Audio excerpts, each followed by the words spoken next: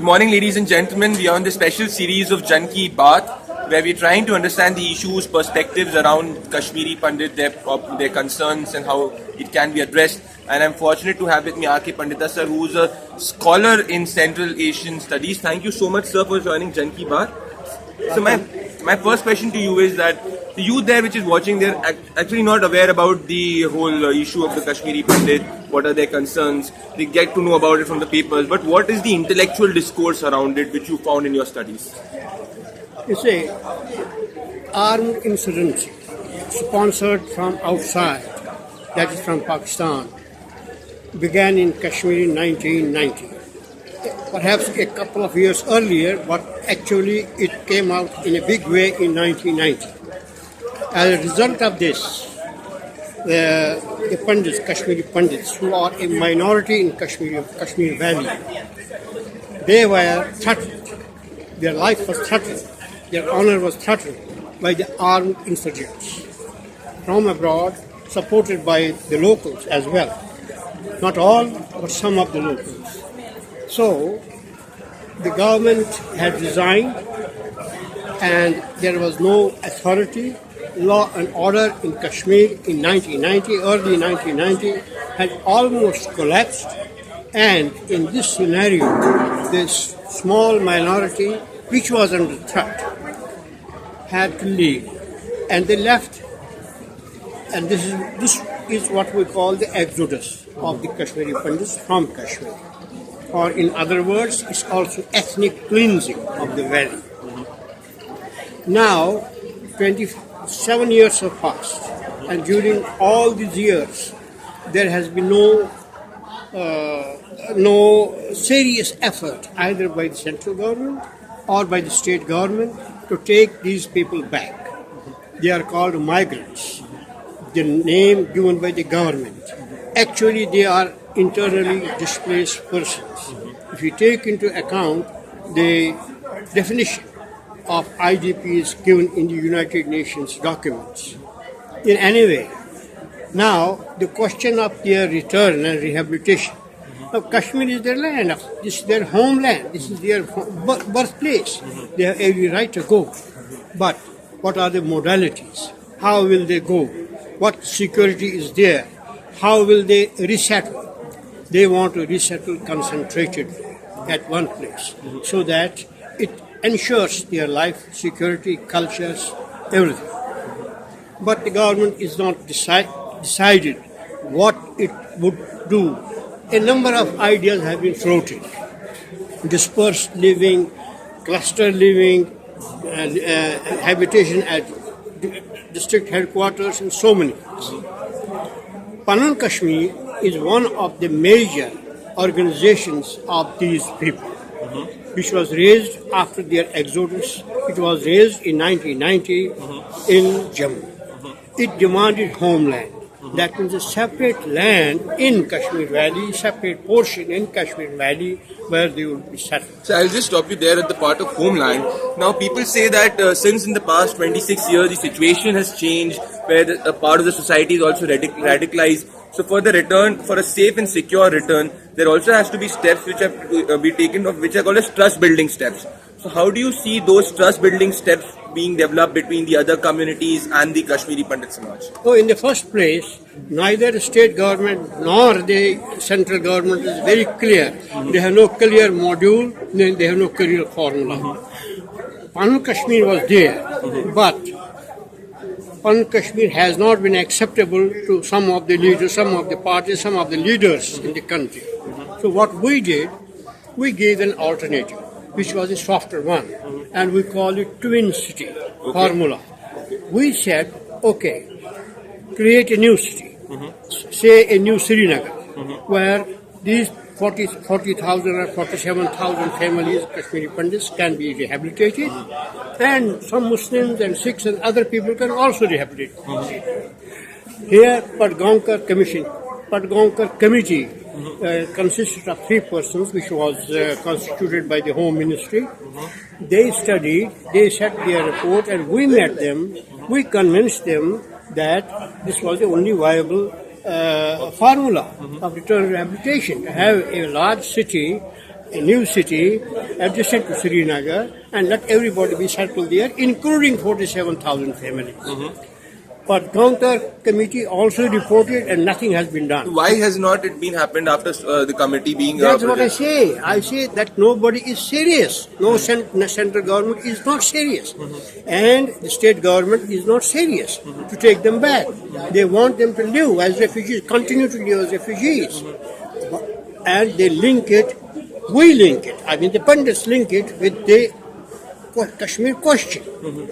So, as long as Kashmir question is not solved, insecurity continues, uncertainty continues, and it makes our return very difficult. Okay, so I'll just ask one pointed question because so this is not a Hindu versus Muslim thing. This is exactly being subject from coming from Pakistan side, if I'm correct, right? Yes. Yeah. So my second question is, sir, since you mentioned that there are no serious steps being taken, so now how do you see to develop an see a pressure and situations around where actionable steps are taken in the near future?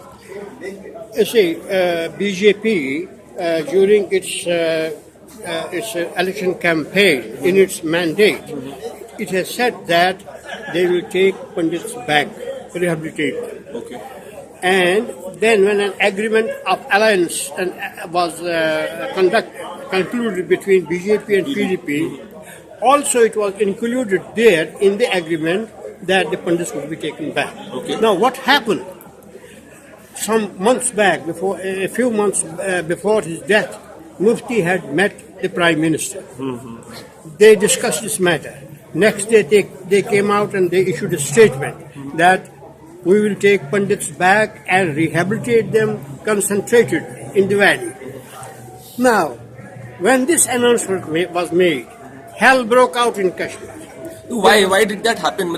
Ultimately, it's about the return of people to their homeland. So why is it that whenever this issue comes in the mainstream, there is hue and cry happening, like as you mentioned? So what is the principal reason there? Why did it happen? Well, the majority population in the valley, they are running their politics on how Pakistan directs them to do. Okay. Return of Kashmiri Pandits, they think that it is dilution, it is a change of demography. Now that 4 lakh or 5 lakh Pandits have gone out, so they have lost their vote there. Going back means that they will be as good voters as any other Kashmiri. And if they live concentratedly, they can claim 1 or 2 seats in the assembly, and then the legislative assembly. This is what they would not want to give. They are not giving because there is no reservation system.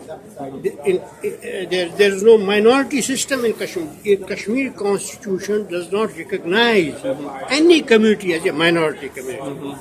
Therefore, the Pandits have under present constitution, no scope to have their MLA or their MP. But a minority status can also be given by the parliament as the constitution. So why do the Pandits have that minority status right now, or is there any progress at that side?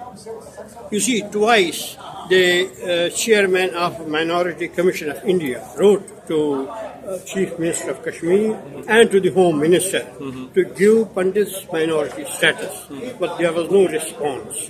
Minority status has actually to be given by the Union Ministry, and it has to be approved by the State Assembly. Okay. So, in neither the union government nor the state government is interested in giving them minority status. If they give minority status to Kashmiri Pandits, then they have to give minority status to Sikhs, to Christians, to Ahmadis, and even to Hindus in Jammu region. It's one state. So, in this constitution of J&K state, as you know, that J&K has its own constitution by 370. It has no provision, nowhere, not a single word. The word minority does not exist anywhere in the constitution of Jammu and Kashmir.